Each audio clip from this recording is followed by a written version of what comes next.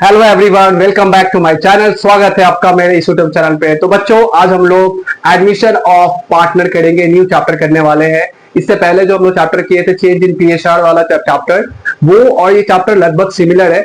और अगर हम लोग एडमिशन ऑफ पार्टनर और पहले भी बोले थे कि चेंज इन पीएसआर में बहुत सारे जो टॉपिक था, जैसे लाइक गुडविल का ट्रीटमेंट और new ratio, sacrificing ratio, gaining ratio, इसका भी हम लोग का इस्तेमाल हम लोग का एडमिशन ऑफ पार्टनर्स में मिलेगा। तो ये समझिए एक तरह का कि ये चैप्टर जो है ना हम लोग का आने वाले चैप्टर जो है, जैसे रिटायरमेंट है, अगर हम लोग रिटायरमेंट है या डेथ है, वो बहुत ही ज्यादा हम लोग का क्लियर हो जाएगा। अगर हम लोग का एडमिशन ऑफ पार्टनर कंप्लीट हो गया तो सपोज कीजिए कि आपका रिटायरमेंट और डेथ भी ऑलमोस्ट कंप्लीट हो जाएगा, 60% आपका कवर हो जाएगा।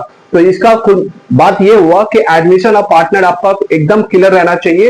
ये क्लियर है, इसका मतलब रिटायरमेंट क्लियर हो जाएगा, डेथ भी आपका क्लियर हो जाएगा। तो ओवरऑल आप देखा जाए तो आपका ये जो एडमिशन ऑफ पार्टनर है वो आपका 8 to 10 मार्क्स का चैप्टर है। अब इसका मतलब रिटायरमेंट भी आपका 8 to 10 मार्क्स का है, डेथ आपका मोर और लेस 5 और 6 मार्क्स का रहता है। तो कुल मिला के आपका अच्छा खासा मार्क्स कवर हो जाने वाला है। तो ये चैप्टर को बहुत ध्यान से आपको समझना है। इस चैप्टर का कॉन्सेप्ट है उसको बहुत क्लियरली आपका सब चीज क्लियर रहना चाहिए। अगर ये सब कुछ सॉर्टेड रहेगा तो भी आप आगे रिटायरमेंट वाला टॉपिक है या फिर डेथ वाला है वो चीज क्लियर रहेगा। तो चलिए बच्चों, आज हम लोग सेशन स्टार्ट करते हैं एडमिशन ऑफ पार्टनर का। ठीक है, और उसमें हम लोग जो इंपॉर्टेंट टॉपिक है आज हम लोग कवर करने वाले हैं, जो ज्यादातर एग्जाम में या सम्स में वो रहता है। तो पहला अगर हम लोग उसका बात करें, पहला टॉपिक हम लोग लेते हैं इसका। सबसे पहला टॉपिक जो है अपना क्या है, रीवैल्यूएशन अकाउंट।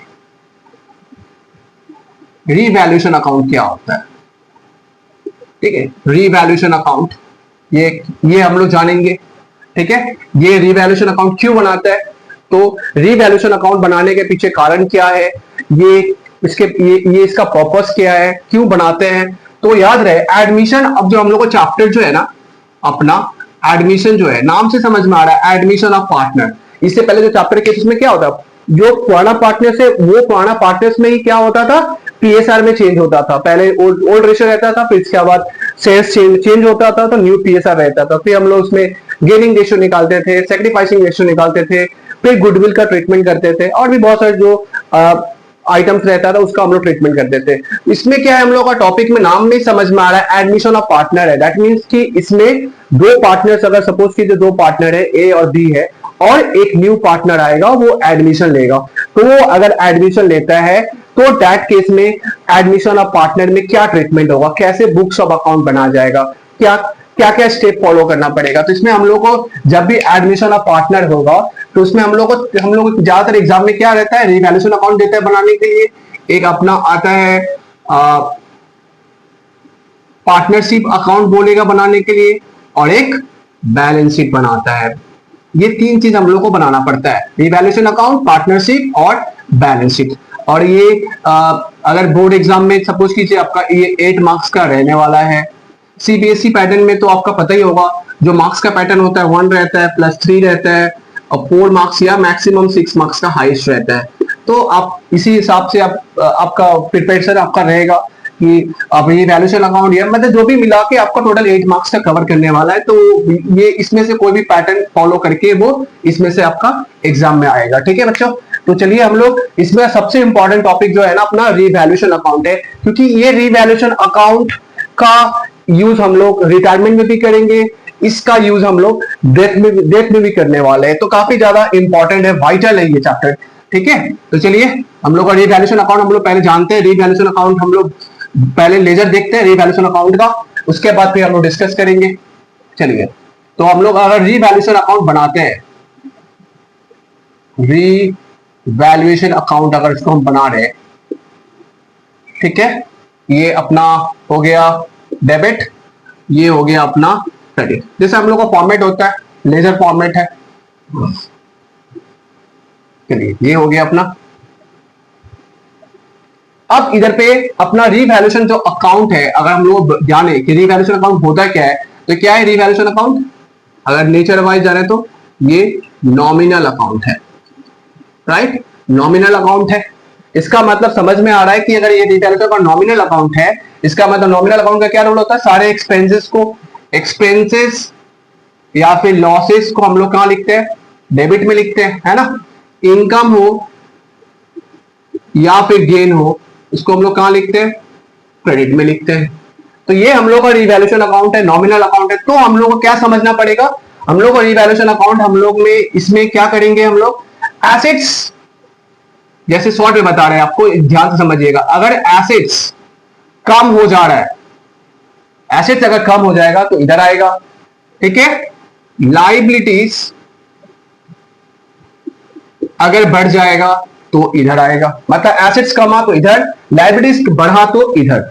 अब इधर इधर देखिए, इधर देखा जाए तो क्या होगा? ठीक है, उसका उल्टा, एसेट्स अगर बढ़ता है तो इधर आएगा, लाइबिलिटीज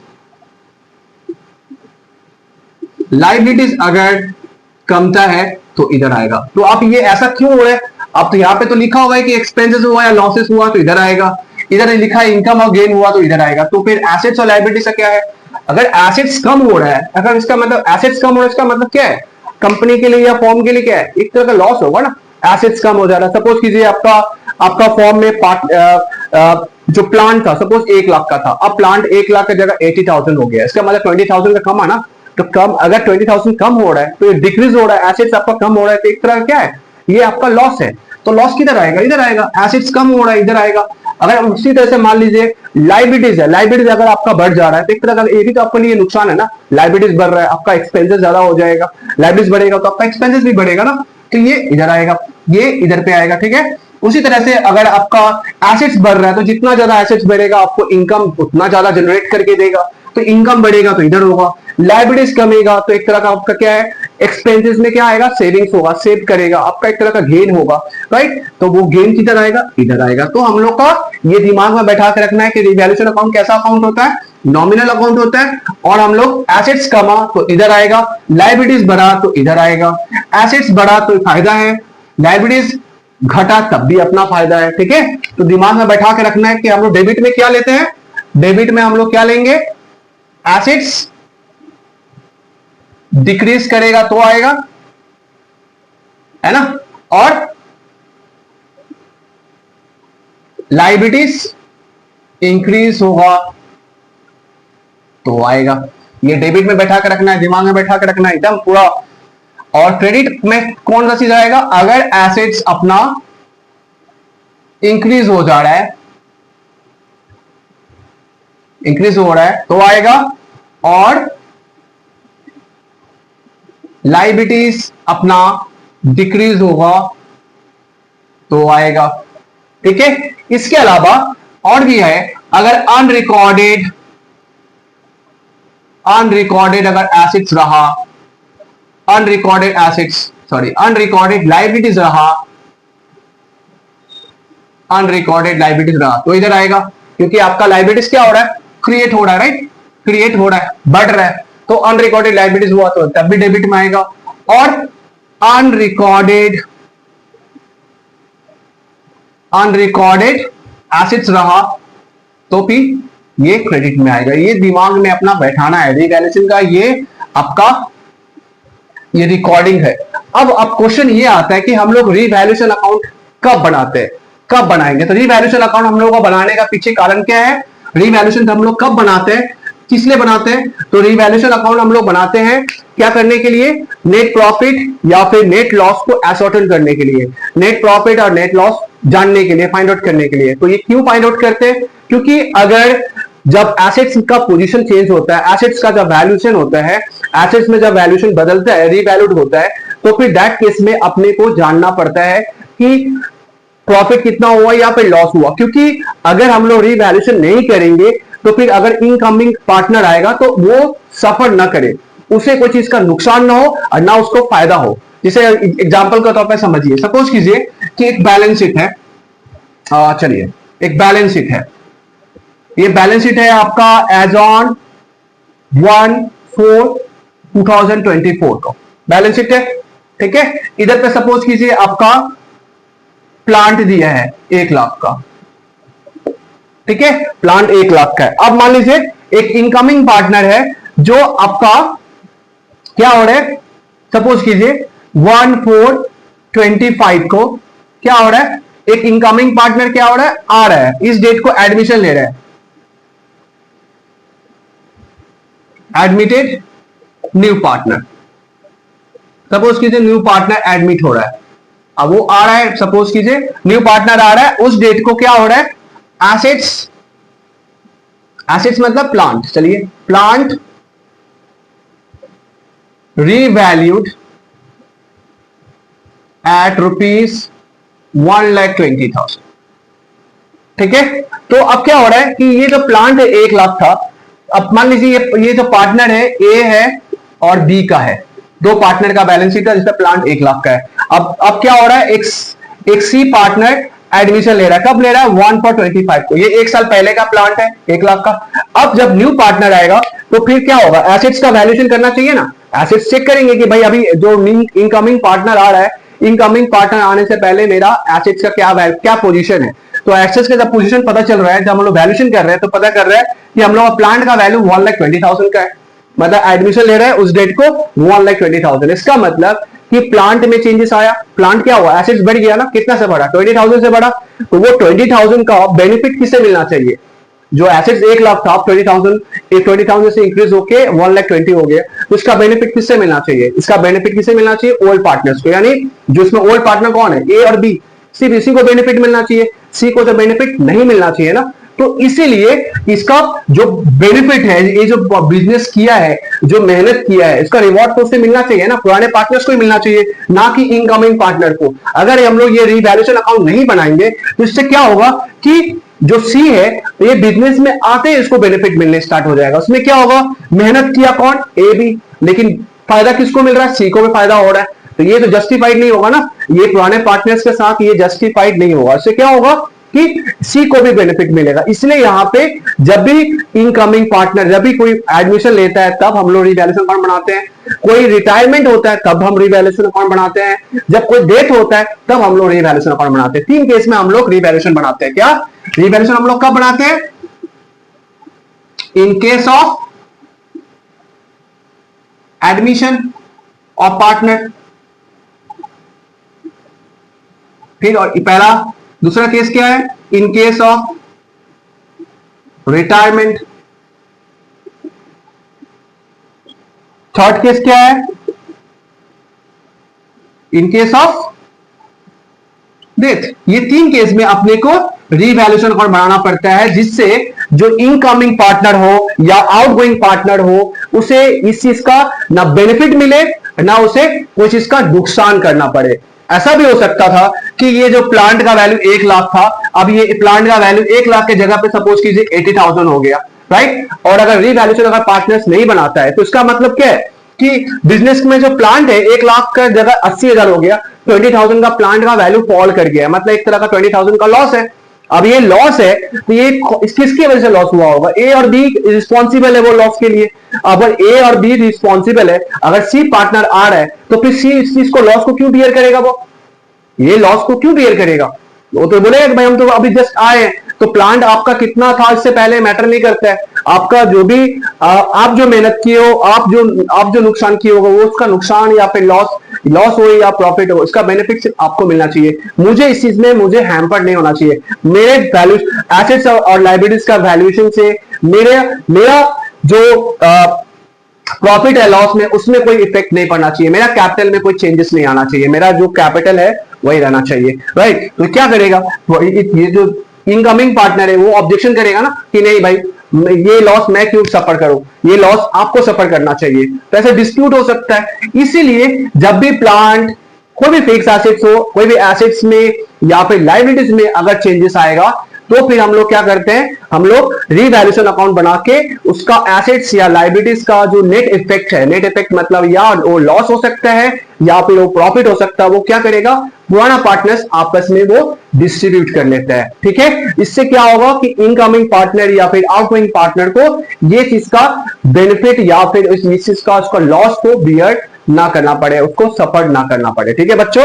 इसलिए हम लोग रिवैल्यूएशन अकाउंट बनाते हैं, ये बहुत ही इंपॉर्टेंट पॉइंट है, आपको ध्यान रखना है। समझ गए रिवैल्यूएशन अकाउंट क्यों बनाते हैं, क्योंकि नेट लॉस और नेट प्रॉफिट को असर्टेन करने के लिए, और on the revaluation of plant, on revaluation of assets and liabilities including बोल सकते हो आप unrecorded assets on unrecorded liabilities, ठीक है। और इससे क्या होता है, जो रिवैल्यूएशन अकाउंट बना के जो प्रॉफिट और लॉस होता है वो जो पुराना पार्टनर से ओल्ड रेशियो में डिस्ट्रीब्यूट कर लेता है, जिससे क्या होगा, उसका कैपिटल या लॉस हुआ तो कैपिटल उसका कम हो जाएगा, प्रॉफिट हुआ तो उसका कैपिटल बढ़ जाएगा। ठीक है बच्चों, तो चलिए ये है। अब हम लोग रिवैल्यूएशन अकाउंट में बता दिए कि एसेट्स अगर बढ़ता है तो अपना इनकम होता है एक तरह का, क्रेडिट साइड में आएगा। लायबिलिटीज कमता है तो भी वो मेरा सेविंग्स है, एक तरह का गेन है, तो मेरा क्रेडिट साइड में आएगा। हम लोग डेबिट साइड में अगर एसेट्स कम हो जा रहा है तो मेरे लिए नुकसान है, तो वो डेबिट में जाएगा। लायबिलिटीज अगर बढ़ जा रहा है तो मेरे तब भी मेरे लिए नुकसान है, तो वो मेरा डेबिट साइड में जाएगा। अगर अनरिकॉर्डेड एसेट्स है तो मेरे लिए बेनिफिट है, रिकॉर्ड नहीं किए थे कुछ एसेट्स, ऐसा रहता है जो बैलेंस शीट में रिकॉर्ड नहीं किया हुआ है, इसका इंफॉर्मेशन हम लोग को एडजस्टमेंट में दिया हुआ है कि एसेट्स का रिकॉर्ड नहीं किया। चलिए एसेट्स को रिकॉर्ड कर लेते हैं। जैसे एसेट्स रिकॉर्ड करेंगे तो क्या हो जाएगा, मेरा एसेट्स बढ़ जाएगा, मेरे लिए फायदा है, तो वो क्रेडिट साइड में आएगा। उसी तरह से अगर अनरिकॉर्डेड लायबिलिटीज है जो बैलेंस शीट में रिकॉर्ड नहीं किए लेकिन हम लोग एडजस्टमेंट में रिकॉर्ड किए, एडजस्टमेंट में इंफॉर्मेशन में दिया हुआ है इसको रिकॉर्ड करना है, तो जैसे लायबिलिटीज को रिकॉर्ड करेंगे तो मेरे लिए क्या हो जाएगा, नुकसान हो जाएगा, तो हम लोग कहां दिखाएंगे, इसे भी हम लोग डेबिट साइड में लिखेंगे। तो ये रिवैल्यूएशन अकाउंट बहुत ही ज्यादा इंपॉर्टेंट है, क्योंकि अगर रिवैल्यूएशन अकाउंट हम लोग अगर बनाते हैं और वो अगर गलत हो जाएगा तो फिर आगे का जो एक और स्टेप होता है, क्या था स्टेप, पार्टनर्स कैपिटल अकाउंट, वो गलत हो जाएगा। पार्टनर्स कैपिटल अकाउंट गलत हो गया तो इसका मतलब बैलेंस शीट भी हम लोग का गलत हो जाएगा। तो ये एक स्टेप बाय स्टेप है, रिवैल्यूएशन बनाएंगे, फिर पार्टनर्स कैपिटल बनाते हैं, फिर इसके बाद बैलेंस शीट बनाते हैं। तो अगर रिवैल्यूएशन गलत तो पार्टनरशिप गलत, और पार्टनरशिप अकाउंट गलत तो बैलेंस शीट भी गलत हो जाएगा। ठीक है बच्चों, तो ये ध्यान रखना है। तो चलिए अब कुछ केसेस लेते हैं और केसेस को लेके हम लोग समझते हैं कि फिर रिवैल्यूएशन में से कैसे इंपैक्ट पड़ेगा और कैसे क्या करना है। ठीक है बच्चों, चलिए उसको देखते हैं, एग्जांपल के तौर पे लेते हैं। चलिए कैसे क्या है, यहाँ पे प्लांट है, जैसे यहाँ पे सपोज 1 लाख दिया हुआ है, ठीक है, और एडजस्टमेंट में एडिशनल इंफॉर्मेशन में लिखा है कि प्लांट रीवैल्यूड एट 80,000, मतलब कि प्लांट 1 लाख था, अब प्लांट कितना हो गया, 20,000 से क्या हो गया, बढ़ गया या घट गया, रीवैल्यूड एट 80,000। तो इसका मतलब कि प्लांट पहले 1 लाख था, अब 80,000 हो गया, मतलब 20,000 से प्लांट मेरा क्या हो गया, कम हो गया। तो कम हो जाने से मेरा क्या होता है, फायदा या नुकसान, कम हो जाने से मेरा फायदा होगा या नुकसान होगा, एसेट्स कम हो रहा है मेरे लिए नुकसान है, तो क्या पे लिखेंगे, इस साइड में लिखेंगे, राइट, क्या बोल के लिखेंगे, टू प्लांट, कितने का, 20,000 का, मतलब यहां पे जितना से चेंजेस होगा बस उसे शो करना है, कितना हो गया ये मैटर नहीं करेगा, कितना से चेंज हुआ है, कितना से एसेट्स बढ़ा है, कितना से लायबिलिटीज बढ़ा है, कितना से एसेट्स कमा है, कितना से लायबिलिटीज कमा है, उसे दिखाना है, चेंजेस को दिखाना है। ठीक है, ये ध्यान में रखना है, यहां पे अपने को 80,000 नहीं दिखाना है, जितना से चेंजेस हुआ, इस तरह से। अब ये इसी चीज को एक और तरीके से लिख सकता था, ऐसा लिख सकता था कि value of plant decrease to 80,000, ऐसे लिख सकता था इसको, ये केस से प्लांट रीवैल्यूड एट 80,000, या लिखा, या फिर ऐसा लिखा plant value of plant decrease to 80,000, मतलब घट के 80,000 हो गया, ऐसा लिख सकता था सॉरी, या इसको और लिख सकता था, value of plant decrease bye ₹20,000। देखिए कितने तरीके से लिखा जा सकता है ना, द वैल्यू प्लांट इतना रिवैल्यूड होकर इतना हो गया, फिर लिखा value of plant decrease to 80,000, और फिर लिखा value of plant decrease by 80,000। जब बाय मेंशन कर दिया तो डायरेक्ट वही अमाउंट से अपने को दिखाना है, बाय मतलब वही चेंजेस वाला ये अमाउंट है, लेकिन जब इंक्रीज टू या डिक्रीज टू तो ऐसा लिखा रहेगा, इसका मतलब फिर आपको क्या करना पड़ेगा, बैलेंस शीट के साथ जाके आपको कंपैरिजन करके वो चेंजेस निकालना पड़ेगा। जैसे यहाँ पे अगर लिखा है कि value of plant decrease to 80,000, इसका मतलब दोनों का क्या बीच में कंपैरिजन करना पड़ेगा, चेंजेस निकालना पड़ेगा, कितना का चेंजेस हो रहा है, 20,000 का, डिक्रीज हो रहा है तो इधर आ रहा है, इंक्रीज होता तो इधर आता। ठीक है बच्चों, चलिए एक और लेते हैं केस, जैसे प्लांट हो गया, अब मान लीजिए मशीनरी सपोज कीजिए 2 लाख का है, ठीक है, मशीनरी 2 लाख का है, और एडजस्टमेंट में सपोज कीजिए एडिशनल इंफॉर्मेशन में दिया हुआ है वैल्यू ऑफ मशीनरी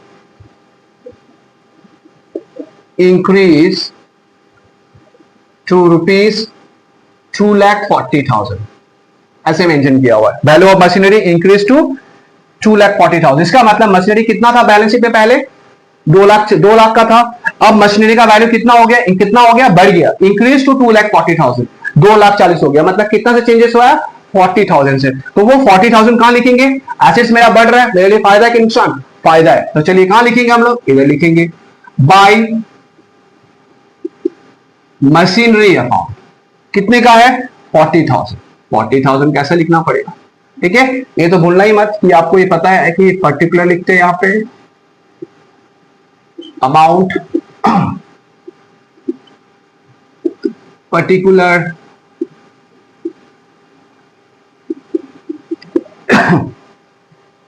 ये अपना हुआ, ठीक है। चलिए और एक दूसरा केस लेते हैं, एक और केस लेते हैं। सपोज कीजिए स्टॉक यहां पे स्टॉक सपोज कीजिए 30,000 है, value of stock decrease by ₹5,000 ऐसा लिखा है। पहले स्टॉक कितना था 30,000 का था, अब क्या बोल रहे हैं कि वैल्यू ऑफ स्टॉक क्या हो रहा है डिक्रीज हो जा रहा है। कितना से डिक्रीज हो जा रहा है 5,000 से डिक्रीज हो रहा है। इसका मतलब कितना से चेंजेस आ रहा है ऑलरेडी 5,000 से चेंजेस है। बाई लिख दिया मतलब वही से चेंजेस है, राइट। तो ये मेरे लिए क्या है एसेट्स, मेरा अपना एसेट्स कम रहे तो मेरे लिए क्या है नुकसान है ना। कहां पे आना चाहिए डेबिट साइड में आना चाहिए। तो ऐसे करके हम लोग लिखेंगे टू स्टॉक कितने का 5,000 का। इस तरह से हुआ। उसी तरह से हम लोग को फिर देखना पड़ेगा। सपोज एक और एग्जांपल लेते हैं। लिखा है unrecorded liabilities is to be taken into account। मतलब ऐसा लिखा हुआ है unrecorded liabilities to be taken into account, मतलब अनरिकॉर्डेड क्या था रिकॉर्ड नहीं किया हुआ है। सपोज कि कितने का 5,000 का, ये रिकॉर्ड नहीं किया है अपना क्रेडिटर, अपना लाइबिलिटी जो है रिकॉर्ड नहीं किया हुआ, इसको हम लोग को रिकॉर्ड करना है। तो जिसे रिकॉर्ड करेंगे तो मेरा क्या हो जाएगा, मेरे लिए लाइबिलिटीज बढ़ जाएगा ना, मेरे लिए नुकसान है। तो कहां आना चाहिए डेबिट साइड में आना चाहिए। क्या बोल के लिखेंगे हम लोग अनरिकॉर्डेड लाइबिलिटीज, ऐसे करके लिख देंगे कितने का है 5,000, इस तरह से बैठा देंगे। समझ रहे हो बच्चा। फिर इसके बाद चलिए एक और लेते हैं। सपोज इधर पे एग्जांपल में ले लेते हैं। इधर सपोज बैलेंस शीट में क्रेडिटर्स है 50,000 का, ठीक है। और इसका चलिए इससे रिलेटेड एडजस्टमेंट कैसा हो सकता है, ऐसा हो सकता है कि creditors include ₹5,000 where written back। Creditors include 5,000 where written back, मतलब कि क्रेडिटर्स में 5,000 का क्रेडिटर्स था, वो आप क्रेडिटर्स को पेमेंट नहीं करना होगा, वो आप क्रेडिटर्स छोड़ दिया है, गिव अप कर दिया, ठीक है। 5,000 का छोड़ दिया। तो अगर 50,000 का क्रेडिटर्स था, उसमें अगर 5,000 क्रेडिटर्स है जो आप अपने को पेमेंट नहीं करना है, छोड़ दिया, वो गिव अप कर दिया, तो मेरे लिए क्या है लाइबिलिटीज मेरे लिए बढ़ रहा है या घट रहा है। लाइबिलिटीज मेरे लिए ऑब्वियसली क्या हो रहा है कम हो रहा है। तो लाइबिलिटीज कमा मतलब मेरे लिए बेनिफिट, मेरे लिए फायदा। कहां पे आएगा फायदा, किधर आता है इधर आता है। तो क्या बोल के लिखेंगे बाय क्रेडिटर्स कितने का 5,000 का। बस इस तरह से अपने को क्या करना है, अपने को रीवैल्यूएशन अकाउंट बनाना है। एसेट्स और लायबिलिटीज जो भी रिलेटेड एडजस्टमेंट है उसको हम लोग को ऐसे रिकॉर्ड करके फिर क्या करेंगे सिंपली इसको बैलेंस कर लेंगे। चलिए बैलेंस करते हैं। इधर कितना है 30,000 और इधर कितना है 45,000 है। तो 30,000 45,000 मतलब ये अमाउंट हेवियर है 45,000 का, 45,000 का हेवियर है। 45,000 हो गया। अब इसमें से क्या करेंगे इसको हम लोग माइनस करके कितना आएगा 15,000 आएगा, है ना। अब ये जो 55,000 है ये 15,000, ये जो 15,000 का क्या हुआ ये प्रॉफिट है। ये क्या हुआ एक तरह का प्रॉफिट है, ये प्रॉफिट है। अगर सपोज कीजिए ये सपोज कीजिए ए और बी का है, दो पार्टनर का है, तो ये जो प्रॉफिट है 15,000 ये पूरा पार्टनर से ए और बी है वो आपस में क्या कर लेगा डिस्ट्रीब्यूट कर लेगा। तो चलिए क्या करके लिखेंगे इसको to profit transferred to A's capital to B's capital, ठीक है। अगर मान लीजिए कि दोनों के बीच में प्रॉफिट शेयरिंग इक्वली है, कुछ अगर मेंशन नहीं किया इक्वली है, तो चलिए इक्वली अगर है तो क्या करेंगे 7500 बांट लिया जाएगा।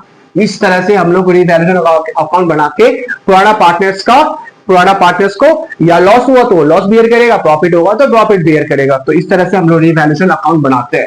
ठीक है, तो रिवैल्यूएशन अकाउंट बनाने के लिए उसे कुछ दो चीज बहुत ही ज्यादा इंपॉर्टेंट है, वो अपना क्या है WCR। WCR मतलब वर्कमैन कंपनसेशन रिजर्व, ये अपने को समझना होगा। एक है अपना इन्वेस्टमेंट फ्लक्चुएशन फंड, ये अपने समझना पड़ेगा। फंड या फिर रिजर्व भी रहता है, रिजर्व लिखा रहता है। ठीक है, ये अपने को जानना बहुत जरूरी है। वर्कमैन कंपनसेशन रिजर्व या फिर इन्वेस्टमेंट फ्लक्चुएशन रिजर्व, ये तीन चीज हम लोग, ये दो चीज जो है ना हम लोग को समझेंगे अच्छा से, क्योंकि इसका इंपैक्ट हम लोग का रिवैल्यूएशन में पड़ने वाला है, इसका इंपैक्ट हम लोग का पार्टनर्स कैपिटल में पड़ने वाला है। ठीक है बच्चों, तो चलिए उसको हम लोग अब एक एक केस करके समझते हैं वर्कमैन कंपनसेशन को।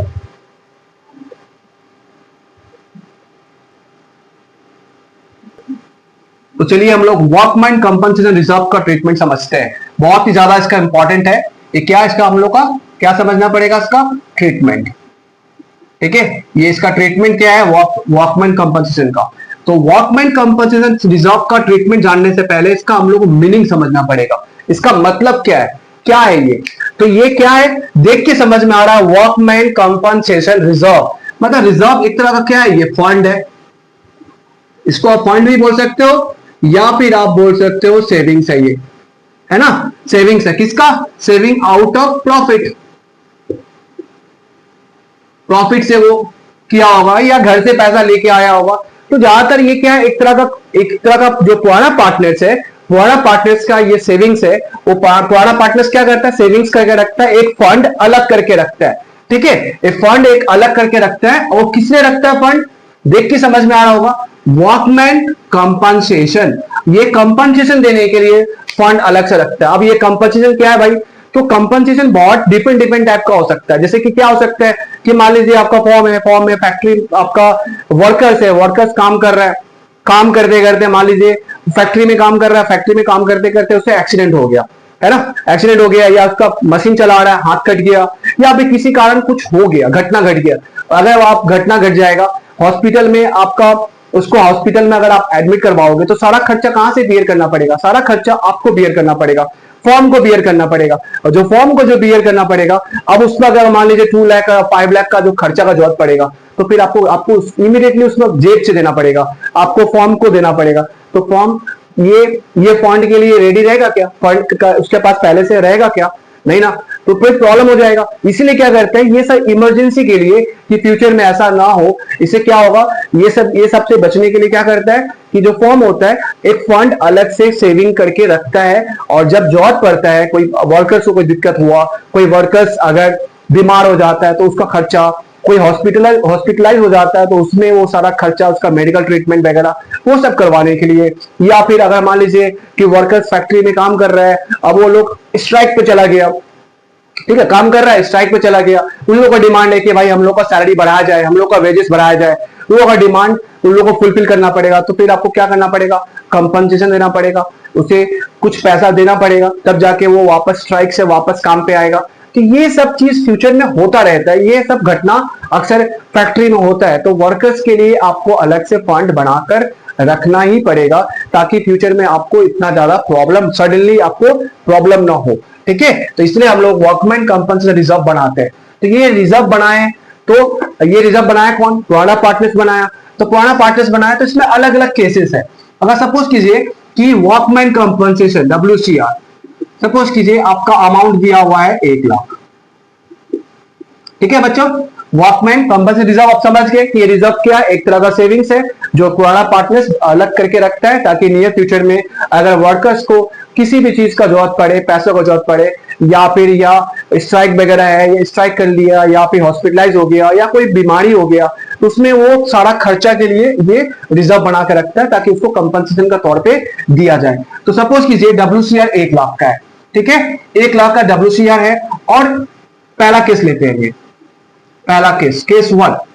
सपोज कीजिए WCR 1 लाख का दिया है, कहां पे ये दिया रहेगा, बैलेंस शीट में दिया रहेगा सपोज, ठीक है, बैलेंस शीट में, बैलेंस में WCR कहां दिया रहेगा, लाइबिलिटीज में दिया रहेगा। सपोज 1 लाख का दिया है, ठीक है, ध्यान से समझना है, 1 लाख का लाइबिलिटीज में दिया हुआ है अपना, ये इधर क्या है, लाइबिलिटीज होता है, और इधर क्या होता है, एसेट्स होता है, दिया हुआ है, WCR 1 लाख का दिया है, केस 1। अगर आप केस में लिखा 1 में लिखा है no information, no information about WCR, ठीक है, मान लीजिए केस, पहला केस पकड़ते हैं, सपोज कीजिए आपका बैलेंस शीट में 1 लाख का WCR दिया हुआ है और इससे रिलेटेड कोई इंफॉर्मेशन नहीं दिया है, एडजस्टमेंट में कोई इंफॉर्मेशन ही नहीं है। अगर कोई इंफॉर्मेशन नहीं दिया हुआ है WCR से रिलेटेड, मतलब कि क्या है, साइलेंट है, अगर WCR के बारे में कुछ मेंशन नहीं किया, साइलेंट है, तो फिर क्या करेंगे, तो फिर डेट केस में क्या करेगा, ये जो 1 लाख का जो WCR बना के रखा हुआ था, अगर अच्छा कोई इस्तेमाल ही नहीं हुआ, इसका मतलब कि फैक्ट्री में स्ट्राइक भी नहीं हुआ, फैक्ट्री में वर्कर्स किसी भी टाइप का डिमांड नहीं किया, वर्कर्स कोई बीमार नहीं हुआ, या फिर कोई इसको हॉस्पिटलाइज नहीं हुआ, तो किसी भी टाइप का उसको कंपनसेशन देने का जरूरत ही नहीं पड़ा। तो जब जरूरत नहीं पड़ा तो क्या करेगा, क्या करेगा, पुराना पार्टनर्स तो बना के रखा था पैसा, ये बना के रखा था, क्या करेगा, पुराना पार्टनर्स आपस में डिस्ट्रीब्यूट कर लेगा, आपस में डिस्ट्रीब्यूट कर लेगा। तो दैट केस में क्या करेगा, इसका जर्नल एंट्री क्या होगा, फिर अगर आपस में डिस्ट्रीब्यूट कर लेगा तो WCR क्या हो जाएगा, WCR account debit to old partners account, to old partners account, ठीक है। अब सपोज कीजिए कि दो पार्टनर है, सपोज ए है और बी है, दो पार्टनर है, ठीक है, और दो पार्टनर है, तो यहां पे दो पार्टनर रहेगा तो क्या होगा, फिर अगर इसका एंट्री पास करें तो WCR account debit to A's capital, to A's capital और टू बीस कैपिटल। अगर मान लीजिए इक्वली है, दो पार्टनर दोनों इक्वली शेयर कर रहा है 1:1, तो क्या होगा, 1 लाख था, इसे कितना मिलेगा, 50,000, इसे कितना मिलेगा, 50,000। आप ये सोच रहे हो कि WCR यहां पे डेबिट में क्यों आ गया, तो आपको पता होना चाहिए कि लायबिलिटीज, अगर लायबिलिटीज क्या होगा, कमेगा, जब भी लायबिलिटीज कमता है तो हम लोग क्या करते हैं, इसको हम लोग डेबिट करते हैं, ये अपने को पहले से ही पता है। अगर लायबिलिटीज हम लोग का बढ़ता है तो क्या होता है, क्रेडिट होता है ना, ये चीज आपको पता होना चाहिए। उसी तरह से अगर एसेट्स अपना बढ़ता है तो हम लोग क्या करते हैं, इसको डेबिट करते हैं, अगर अपना एसेट्स कमता है तो हम उसको क्रेडिट करते हैं। तो यहां पे WCR क्या है, लायबिलिटीज है।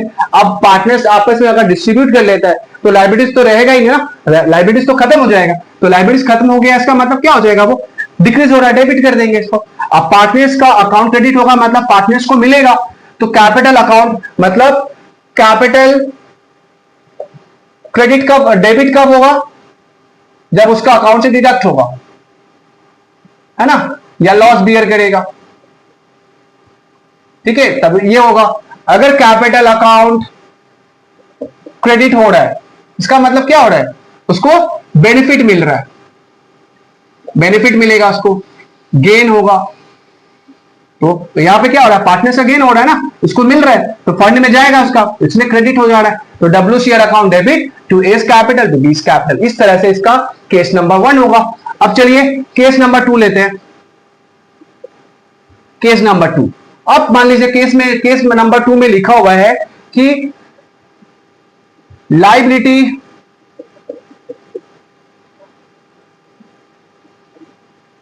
Liability for workman compensation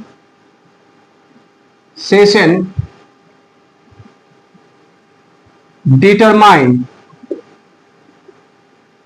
at rupees 80,000। अच्छा, क्या लिखा है, पहला वाला केस में कोई इंफॉर्मेशन नहीं दिया तो क्या किया, प्रोडक्ट पार्टनर्स आपस में डिस्ट्रीब्यूट कर लेगा। हमेशा याद रखिएगा बच्चों, ओल्ड रेशियो में डिस्ट्रीब्यूट करता है, हमेशा ओल्ड रेशियो में, ठीक है। बैलेंस शीट से जितना रिलेटेड आइटम अगर हम लोग डिस्ट्रीब्यूट करते हैं, बांटते हैं, तो उसको हमेशा ओल्ड रेशियो में ही हम लोग बांटेंगे, ये ध्यान में रखना है बात को।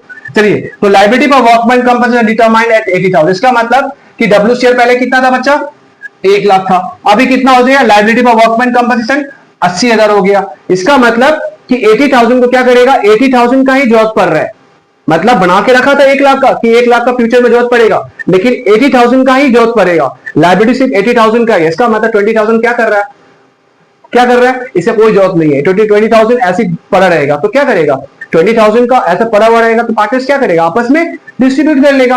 80,000 को क्या करेगा, वो लायबिलिटीज के तौर पर रखेगा, बाकी का जो 20,000 है वो क्या करेगा, पार्टनर्स आपस में डिस्ट्रीब्यूट कर लेगा। तो चलिए, अगर इसका जर्नल एंट्री हम लोग पास करें तो क्या होगा, तो WCR अकाउंट डेबिट कितने का है, 1 लाख है।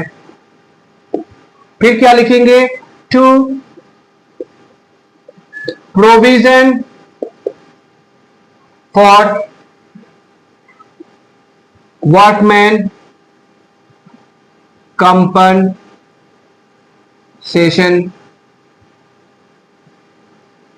Claim account, provision for workman compensation claim account, कितने का क्लेम किया है, 80,000 का हो गया, हो गया इतना ही 80,000 का। और बाकी जो 20,000 का जो रिमेनिंग है वो क्या करेगा, प्रोडक्ट पार्टनर्स आपस में डिस्ट्रीब्यूट कर लेगा। प्रोडक्ट पार्टनर्स कौन सा रेशियो में, ओल्ड रेशियो में, यानी क्या हो जाएगा, A's capital account to B's capital account, कितने का, 10,000 हो गया ना, टोटल 1 लाख का काम हो गया ना। इस तरह से हम लोग का WCR रिलेटेड केसेस रहेगा, केस 1 हो गया, केस 2 हो गया, अब हम लोग केस 3 लेते हैं, ठीक है बच्चों।